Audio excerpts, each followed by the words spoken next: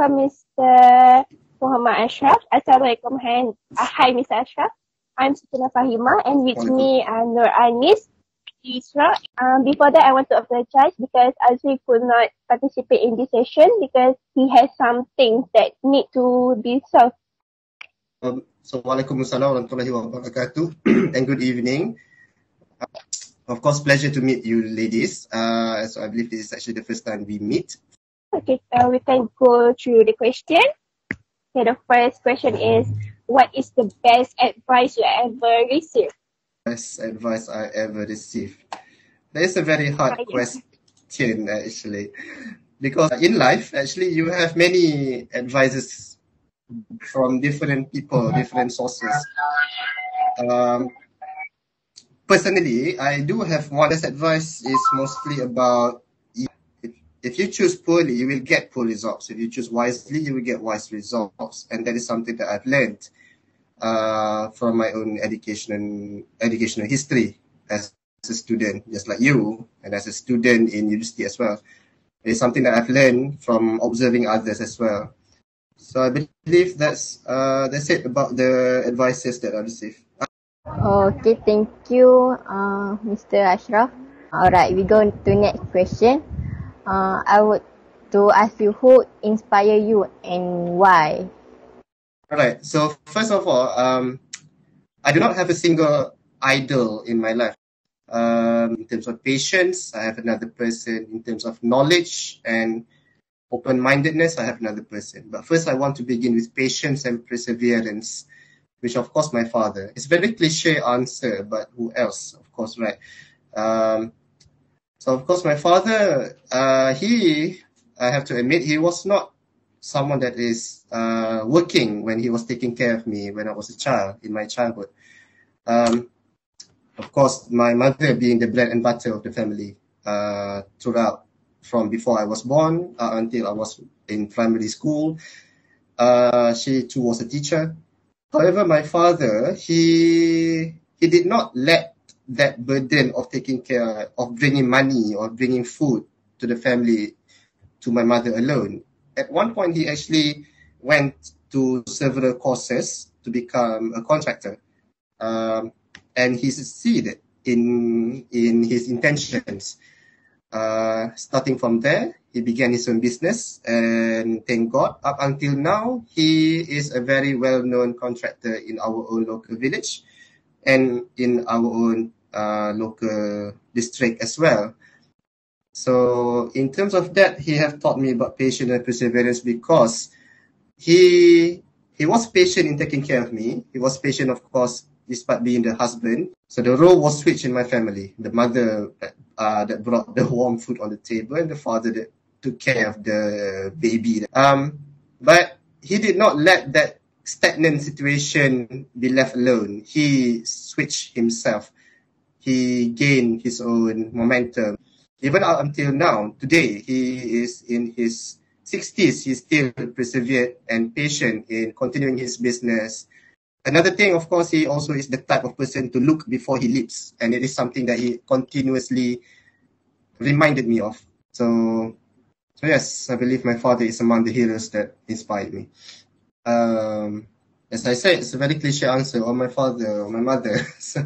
But I have my own reasons. Sometimes the cliche ones are actually the best ones. So I guess that's my answer for your second question here, I believe. Thank you, Mr. Asyraff, for the answer. Yeah, it may cliche, but I believe many people out there, their parents also one of the person that inspires them the most. The third question is, what is your accomplishment and which one is the biggest? So my biggest accomplishment, I am actually a very young person in life compared to many others. Only in my quarter age of 25 to 26. So, as I said, I'm a boring guy. My biggest accomplishment so far, I believe, would be graduated successfully from USM, University Science Malaysia. And Alhamdulillah, thank God, I also was blessed with quite impressive results as well.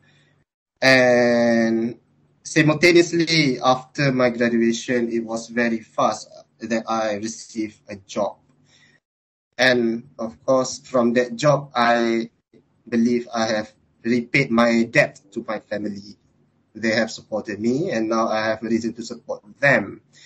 I have my own income, of course, I have my own, and thus I have my own resource to fulfill my responsibility as their own son to my parents that they too have sacrificed to me.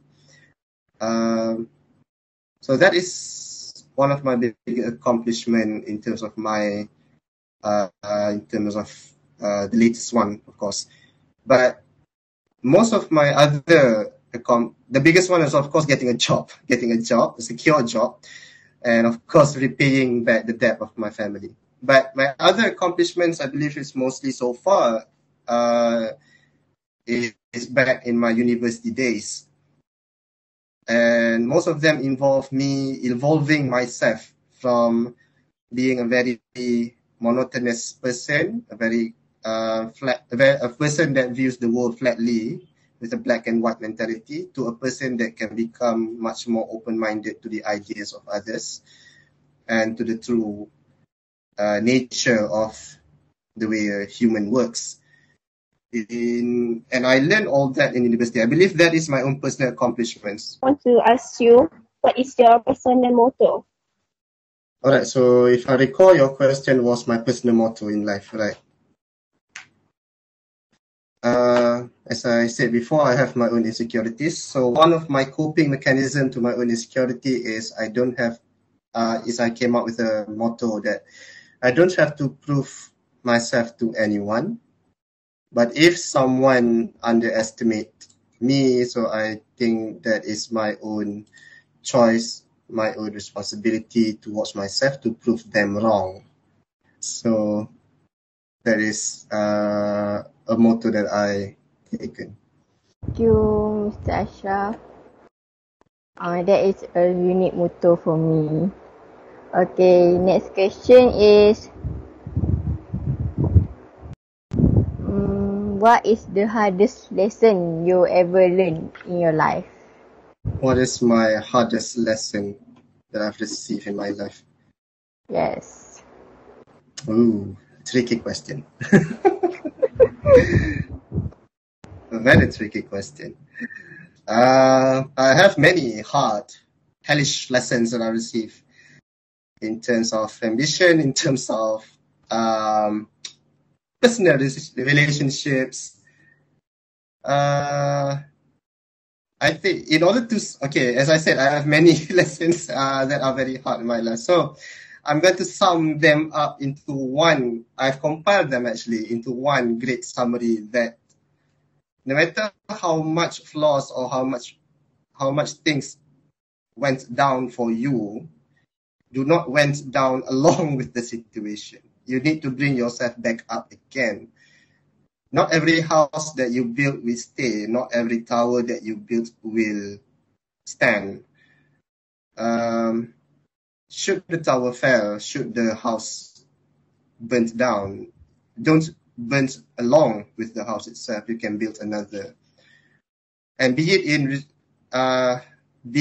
in relationships, be it in ambitions, be it in many other things, I believe that is one of the great lessons that I've learned. As I said, I think it's a very cliche question, but this is a very cliche lesson, but it's a very useful one for me, because when I was in high school, when I was in Form 6 in Kedah, so unlike my previous self in my secondary school, I was a very ambitious person in Form 6, too ambitious actually. The darah panas, darah muda thing mixed up with the will to achieve. And of course, after I've discovered that, I can achieve greatness, I strive for it greatly. And sometimes along the way, you will meet a situation that your friends are also your rivals back in Form 6. Of course, sometimes once you achieve it, you will notice that if you lose your friends, it is not something worth it. So I've learned that in my Form 6. Just because you manage to achieve your ambition, but at the same time you lose your close friends or those that warmly welcome you into their lives, it is not something that truly worth it in a very holistic view. It felt like a very cold victory at the time. But of course, we patched up my relationship with my best friend at the time. He was my best friend at the time. So we patched up our relationship, and of course, we were fine. Up until now, we were just fine. He works in Selangor, I work here in Perak. But that is the first hardest lesson that I received in university. In Form 6. And I've kept that lesson in my university days. When I entered university, I was still the perfectionist, ambitious guy at the moment. But at the same time, I've learned that friends is just an important factor into how you achieve your ambition as well. And then the second hardest lesson was, as I said, I was a very perfectionist, ambitious person. Of course, I've learned not to abandon your friends, not to shut off your close friends just because you want to achieve your ambition, just because that friends happens to be your rival in your own journey to your achievement. But simultaneously, even though I've learned that, I still have not learned about how to slow down myself in my own perfectionist view into achieving something. So the second hardest lesson was when, in my second year in University Science Malaysia, I was too focused in other non-academic works, such as handling the Red Crescent Society of University Science Malaysia, involving myself with various other organizations, biodiversity cluster of USM, several other things, minor things such as Persatuan Anak Sarawak. I'm not a Sarawakian, but I just gatal involved. I just want to involve in something other than that. So Persatuan Anak Sarawak here and there, my experience in the second year. So that was the second hardest lesson that I've had, that not everything can be perfect. You can expect perfection, but you cannot expect perfection from the creation of God himself, for the only perfect being is the Lord himself, not us, not me, not people around us as well. You cannot expect things too greatly from other people. And of course, you cannot expect too greatly from yourself. You can push yourself, but if you did not achieve it, don't beat yourself up. Just set another goal and head to that other goal. That is the second hardest lesson. And I guess that's it. All right. Thank you, Mr. Asyraff. Now we move to the last question. What is the secret of your success?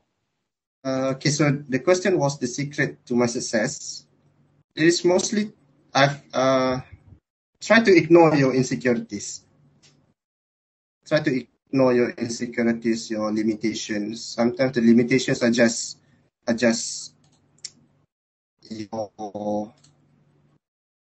your primitive side of the brain. That primitive side of the brain that tells you danger, alert, danger ahead, do not go there. But at the same time, there's nothing there. When you go there, you realize that things were actually far better than what your brain told you. And I think I've learned that quite a lot. As I said, again, returning back to my experiences in university days, in school days, I was too afraid to join anything. In my Form 6, I've learned that I can achieve great things in my academy, in my academic. In university, I've learned to push myself further into things, into uncharted area. For example, when people elected me in my first year, when people decided, my seniors decided that I was the most perfect candidate to be the next grand secretary of the Red Crescent Society of the entire of university. And I was like, oh, what? So I was very, very scared at the time. I was a very scared little boy. But at the same time, I told myself, we are not prophets. We are not born holy. We are not machines. By the time we were created, we are zero. So I said to myself, it's time for me to ignore my insecurity. It's time for me to sail the boat and go to the uncharted areas.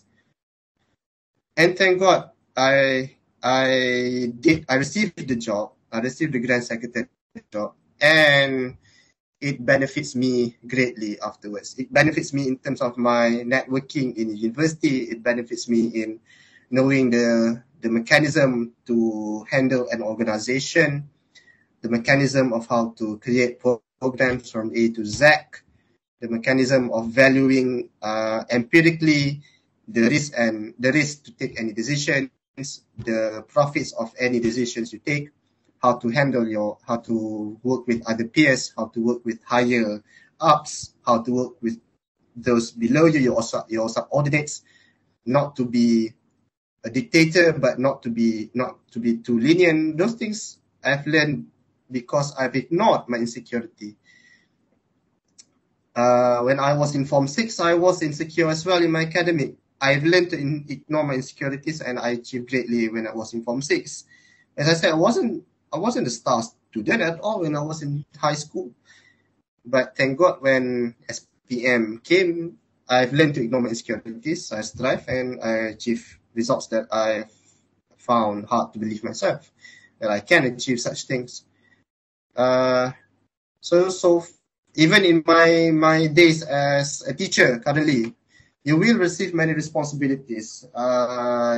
The PKM said, can you be this secretary? The Guru Kanan said, can you handle this competition? This and that. But despite all those hardship, I've learned to ignore my insecurities. And at first, I believe I was a very bad teacher. But when I've personally consulted certain higher ups, such as the PKM or any other teachers that have been closely monitoring my works, my ketua panitia or the head panel, the Guru Kanan. And thank God so far I received positive things. Thank God I received good things. And they said that my contributions greatly in the school. So at the time, I realized that all this down feeling that I still have are just insecurities. And I remember when I was back in university, of course, I would not know much about other cultures, such as the Sarawakian cultures, if I have not joined the Anak Sarawak activities. I ignored my insecurity. I've just joined it, despite I realized that my surroundings, they would speak in Sarawak sometimes. The Malay language in Sarawakian dialect. I've learned their dialect, and sooner or later I've learned to understand them. And so, yes, my insecurity at the time said that I would be alienated. I would be an alien in the organization, and I was wrong. They treated me nicely. They were my friends. I gained new friends along the way as well. And things work out just fine. So, being an overthinker like me, you will have these dark whispers, but you need to learn to ignore them. Of course, you need to learn to listen to them at certain moments, but do not listen too much to them. You need to learn how to ignore those empty feelings that you are not worthy, and that is the philosophy that I've held to help myself achieve my ambitions throughout my very short period of life. Okay. I think this is a different answer that I have heard. So I think this is all for now. Thank you for your time and thank you for being willing to extend our interview session.